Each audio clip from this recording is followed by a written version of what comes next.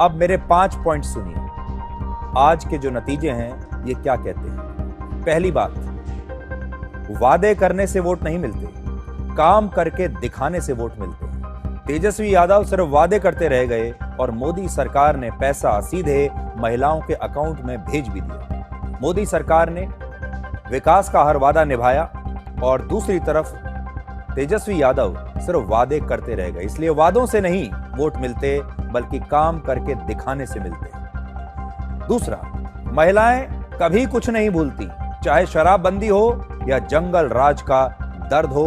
महिलाओं की याददाश्त बहुत मजबूत होती है और महिलाएं पुराना जंगल राज का दर्द भूली नहीं। इसीलिए बड़ी संख्या में महिलाओं ने बाहर निकलकर वोट दिया। जंगल राज दोबारा ना आए और शराबबंदी लागू रहे इसलिए। तीसरा, जरूरी नहीं है कि युवा सिर्फ युवा नेता को ही वोट दें। युवाओं को एक फादर फिगर यानी एक ऐसा नेता चाहिए होता है जो उनके पिता की तरह हो, घर के बुजुर्ग की तरह हो, जो मुसीबत के समय में उनसे आकर ये कह सके कि बेटा चिंता मत करो, मैं हूं ना। यानी एक ऐसा नेता जो उन्हें भविष्य की गारंटी दे। बहुत सारे नेताओं को आज ये गलतफहमी है कि अगर हमने टी शर्ट पहन ली तो युवा हमसे प्रभावित हो जाएंगे और टी शर्ट पहनकर वो युवाओं को लुभा लेंगे। यहां आप देखिए, दो नेता हम आपको आज दिखा रहे हैं, राहुल गांधी और तेजस्वी यादव। दोनों टी शर्ट पहनकर, कैप पहनकर चुनाव प्रचार के लिए निकले हैं, यह सोचकर कि युवाओं को शायद यही अच्छा लगता है। तेजस्वी यादव ने तो रील्स बनानी भी शुरू कर दी थी। इंस्टाग्राम पर वो नाच रहे थे, डांस कर रहे थे। राहुल गांधी पानी में कूद रहे थे। लेकिन युवा प्रभावित नहीं हुए और युवाओं ने इन लोगों को वोट नहीं दिया, 74 और 75 साल के नीतीश कुमार और प्रधानमंत्री मोदी को वोट दिया।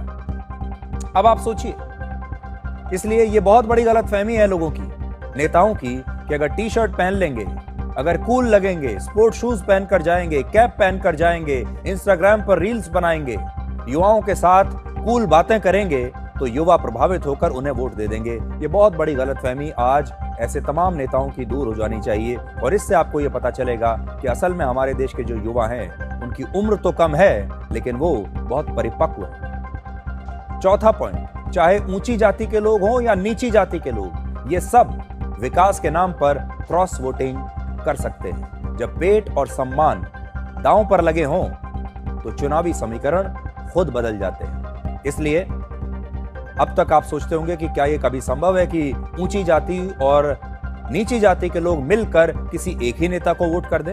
यह तो असंभव है। इसीलिए वोट बैंक को अलग अलग जातियों में बांटा जाता था। लेकिन इस बार ऐसा लगता है कि ऊंची और नीची जाति के जो लोग हैं उन्होंने मिलकर यह क्रॉस वोटिंग की है। पांचवी बात, बिहारियों को आप कितना भी बैकवर्ड समझ लीजिए, कितना भी गरीब या अनपढ़ उन्हें बताया जाए, बिहार का असली वोटर कभी किसी को नहीं बताता कि उसने वोटिंग मशीन के बटन पर कौन सा बटन दबाया है, उसने बटन किस चुनाव चिन्ह पर दबाया है। ना एग्जिट पोल वाले को बताता है और ना ही हेलीकॉप्टर से उतरे किसी पत्रकार को बताता है। और छठा, प्रधानमंत्री मोदी ने स्थानीय मुद्दे और भावनाएं और राष्ट्रहित को एक साथ मिलाने का काम किया है, जो भारत में उनके अलावा और कोई नेता नहीं कर पाएगा।